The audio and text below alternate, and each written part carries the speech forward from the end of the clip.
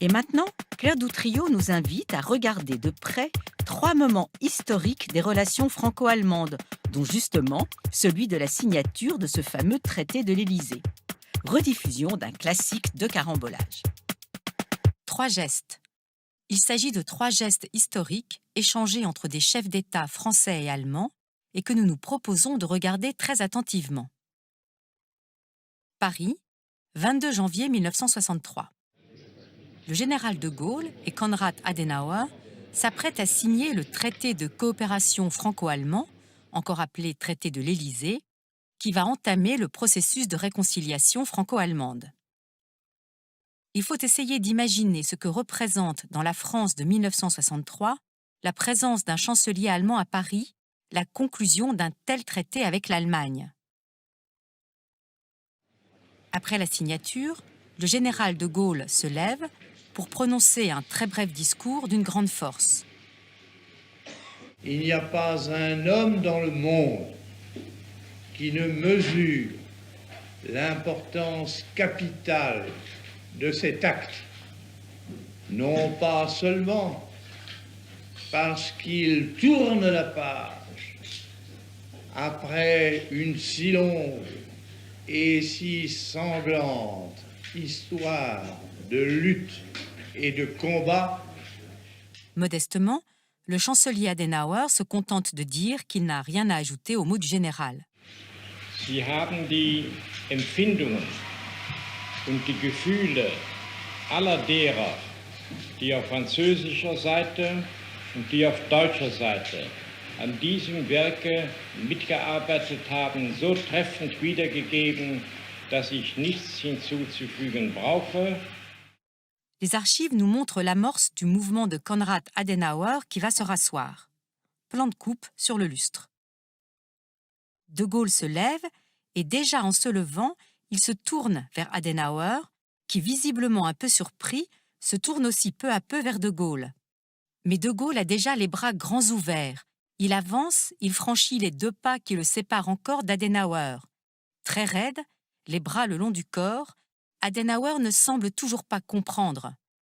Mais voyez-vous cet homme à gauche, probablement le chef du protocole allemand, qui s'est avancé discrètement dans le dos du chancelier et qui, de la main droite, le pousse délicatement vers De Gaulle. Revenons rapidement en arrière pour regarder son mouvement. Dans le plan précédent, derrière le ministre allemand des Affaires étrangères, on voit cet homme avancer avec vivacité. Dans le plan suivant, on le voit pousser Adenauer avant de s'éclipser rapidement. Étonnante présence d'esprit. Pendant ce temps, De Gaulle s'avance encore un peu plus, penche son grand buste en avant, attire à lui Adenauer, qui enfin s'adonne un peu maladroitement à l'accolade. Remis de sa surprise, le chancelier est maintenant dans le coup et il saisit énergiquement les avant-bras du général, mais De Gaulle se retire déjà, tandis que la main droite d'Adenauer cherche vainement à prolonger cet instant. Les 2 hommes semblent légèrement gênés, leurs visages se tournent, s'évitent, leurs regards partent dans des directions opposées. Verdun, 24 septembre 1984. 70 ans après le début de la Première Guerre mondiale, François Mitterrand et Helmut Kohl participent à Verdun à une grande cérémonie à la mémoire des victimes des guerres entre la France et l'Allemagne.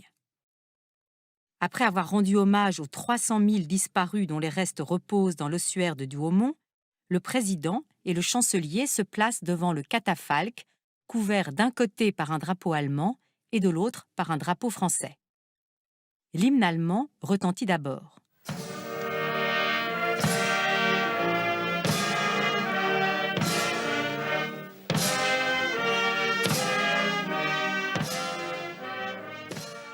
À la fin de l'hymne allemand, Kohl cherche Mitterrand du regard. Il se tourne vers lui avec insistance. Alors Mitterrand le regarde à son tour. On peut distinguer quelques mots sur ses lèvres à l'égard de Kohl, tandis que sa main se détache légèrement de son manteau. Kohl réagit aussitôt, leurs 2 mains se rencontrent. Mitterrand, aussitôt après, regarde droit devant lui, tandis que Kohl reste longtemps tourné vers lui. Kohl ne dissimule pas l'émotion qu'il ressent, une sorte de joie presque enfantine illumine son visage. Mitterrand reste impassible. Ce geste a-t-il été prémédité? L'initiative, certes, en revient à Mitterrand, mais cette poignée de main semble toutefois jaillir d'une réelle complicité. Caen, 6 juin 2004. 60e anniversaire du débarquement allié en Normandie. Pour la première fois, un chancelier allemand a été invité. En ce jour du souvenir et de l'espérance, les Françaises et les Français vous reçoivent plus que jamais en amis, ils vous reçoivent en frères. Gerhard Schröder va maintenant répondre, mais Jacques Chirac s'avance vers lui les bras grands ouverts. Accolade. Étonnante vision que celle de la tête de Schröder, levée dans l'épaule du grand Chirac, qui lui tapote le dos dans un geste qui ressemble à un geste de consolation. Accolade qui rappelle celle de De Gaulle et Adenauer 41 ans plus tôt, mais qui montre par son caractère tellement moins formel l'avancée des relations franco-allemandes. Schröder parle maintenant. Unser Versprechen ist und wird bleiben, wir werden die Opfer niemals vergessen.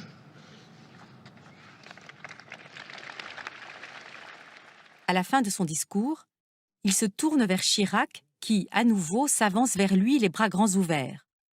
L'accolade ayant déjà eu lieu, Schröder tend la main pour une poignée de main symbolique, mais elle retombe dans le vide, cette main, car Chirac tient, encore une fois, à serrer Schröder contre lui.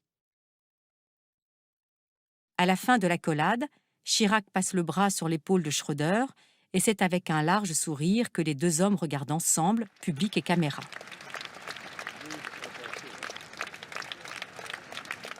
Trois époques, trois couples, trois gestes qui se répondent et symbolisent l'évolution des relations franco-allemandes.